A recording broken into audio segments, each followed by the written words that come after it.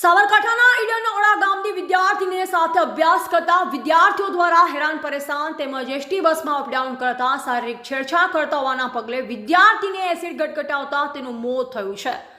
જો કે પોલીસે આ મામલે 2 વિદ્યાર્થીઓ સામે ફરિયાદ નોંધી તેમજ તપાસ દરમિયાન અન્ય 4 વિદ્યાર્થીઓના નામ ખુલતા તમામની અટકાયત કરી કોર્ટમાં રજૂ કરી વધુ તપાસ હાથ ધરાઈ છે।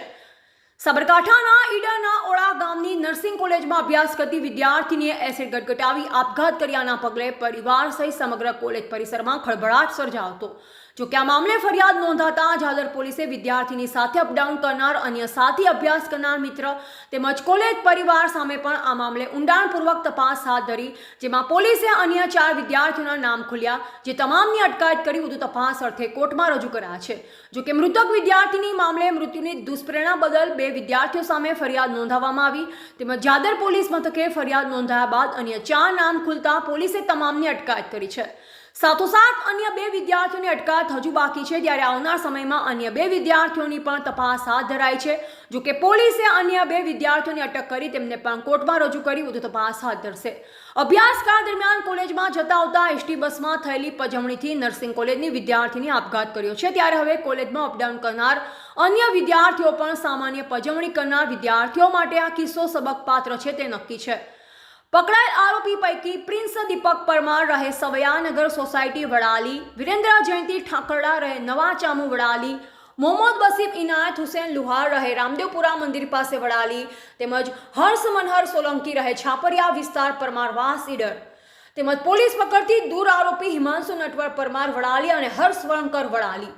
રિપોર્ટર જયેશ ઠાકોર સાથે શૈલેષ પટેલ, જિલ્લા બ્યુરો ચીફ, સાબરકાંઠા। ગત 8 તારીખના રોજ ચાદર પોલીસ સ્ટેશનમાં એક આપઘાતના દુષ્પ્રેરણનું ફરિયાદ દાખલ થઈ હતી, જેમાં હેતલબેન કરીને એક વિદ્યાર્થીની હતી નર્સિંગ કોલેજની, એણે એસિડ પીને આપઘાત કરેલો હતો। જે અનુસંધાને જે મરણ જનાર છે એના ભાઈએ પોલીસ સ્ટેશનમાં ફરિયાદ નોંધાવેલી હતી, જે અનુસંધાને અમારા ચાદર પોલીસ ગુનાની તપાસ કરતી હોય એમાં ગઈકાલે કુલ 4 આરોપીઓની ધરપકડ કરવામાં આવી છે, જેના નામ છે પ્રિન્સ પરમાર જે વડાલીનો રહેવાસી છે, વિરેન્દ્ર કુમાર જે નવા ચામુ વડાલીનો રહેવાસી છે, અબ્દુલ હફીઝ લુહાર જે પણ વડાલીનો રહેવાસી છે અને હર્ષ સોલંકી એ ઈડરનો રહેવાસી છે। આ મૂળ આ જે 4 આરોપીઓ છે એ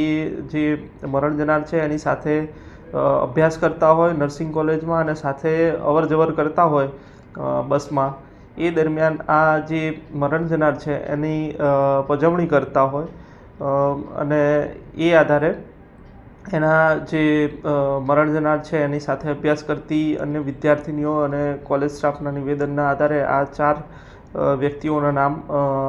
ખુલવા પામેલ હોય અને એમની કાલે ધોરણસર ધરપકડ કરવામાં આવેલ છે અને આજરોજ નામદાર કોર્ટમાં તેઓને રજૂ રાખવામાં આવેલ છે।